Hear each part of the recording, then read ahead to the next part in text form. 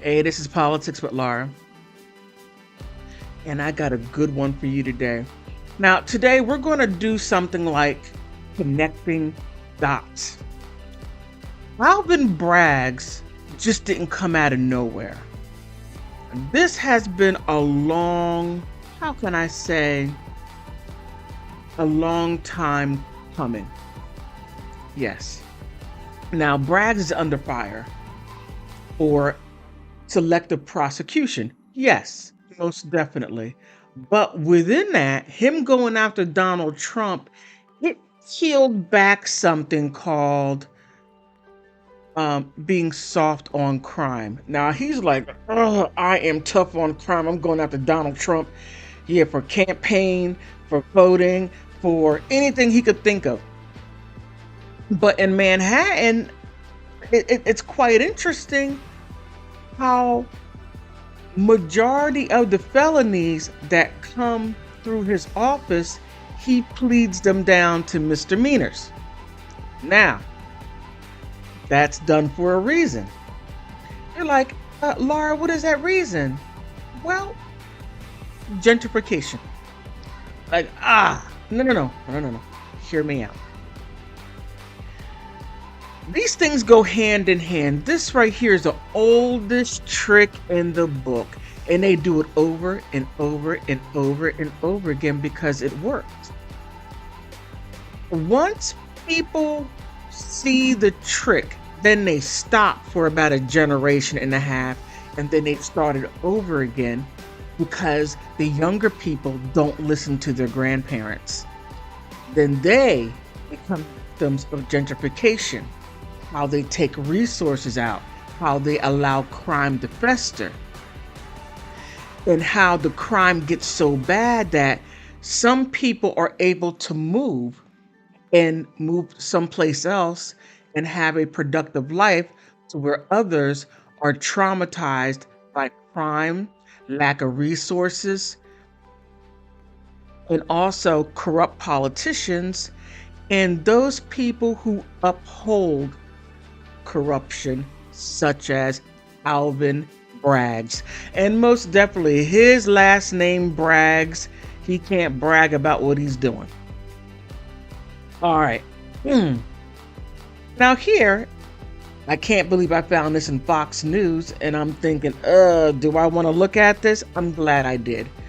Every now and again, they actually tell the truth. Only when it benefits them. Please don't get it twisted. Only when it benefits them. Alvin Bragg, soft on crime, policy scorched after Trump charges. Things have gotten progressively worse. It has always been worse. It has been progressively worse 20, 30 years ago. But heck, at least they may be late. It's okay. They're late to the party. But at least they're here. All right. Now, Manhattan District Attorney Alvin Braggs fulfilled a major campaign promise in his indictment of former President Donald Trump. Now, just the fact that his campaign promise was built on Trump and it had nothing to do with the crime going on in the city. It had nothing to do with the lack of resources in the city. It had nothing to do with the broken school system in the city. It shows a lot where people are. It is sad where your main slogan is, I'm going to indict Trump, and people rally behind you. And once again, when I say delusional Olympics,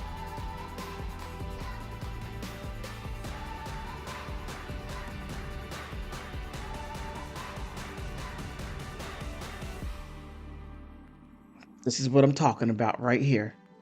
A man could get elected by saying, I'm going to indict Donald Trump. While you have all this crime going on over here and over here, people are being victimized. A woman lost her life. Actually, many people lost their lives being harmed robberies, carjackings. But no, Donald Trump. You can't make this up. You can't. But let's get to the gentrification part. All right. Now, this comes out for the Center of Urban Science plus Progress. Okay, New York. New York. A walk around a neighborhood can reveal some surface level signs of gentrification, such as pricey new coffee shops or skeleton of high-rise apartment buildings, and new maps showing the gears and displacements and grinding of the hardness in New York City, and which neighborhood could be next. And that right there is, once they start doing the building of new developments, new this, new that, the price is going to go up and it moves the people out. Oldest trick in the book. Outprice them. Allow the crime to get so bad to where people would sell their brownstones, sell their property for next to nothing to get away. Again, the oldest trick in the book. So now that they're at the point where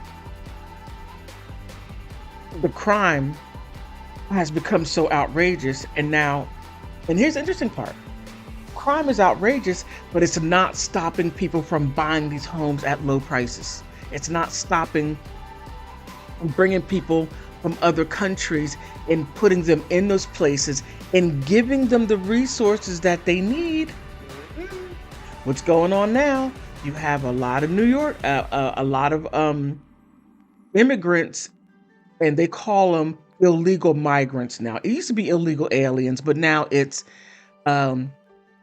illegal migrants that come and have a lot of the rights of the citizens and naturalized citizens and people that hold residency and green cards.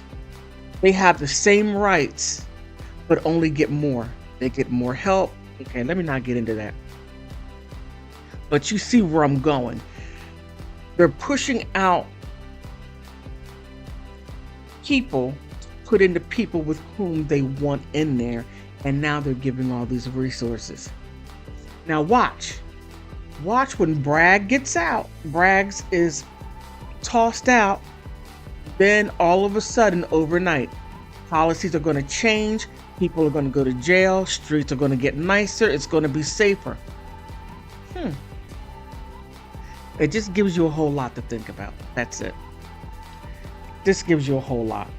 Okay, and here, our work shows that housing affordability crisis is displacing low-income families throughout the New York region.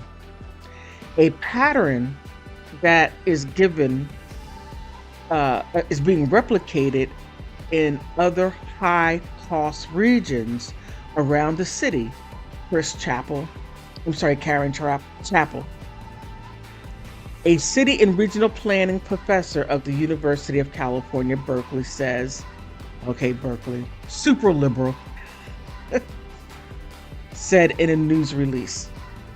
Now, super liberal, I'm an independent, but you got to have that super liberal and super conservative to balance all things out. That's just in my opinion. But here, the research used in the U.S. Census Bureau data from 1990 to 2000 and to 2016 that examined each census tract in the New York City area based on certain characteristics. The results give us a sense of just how many neighborhoods are undergoing gentrification, meaning they are seeing increased rents and housing values, and are rushed of highly educated, affluent residents. Interesting.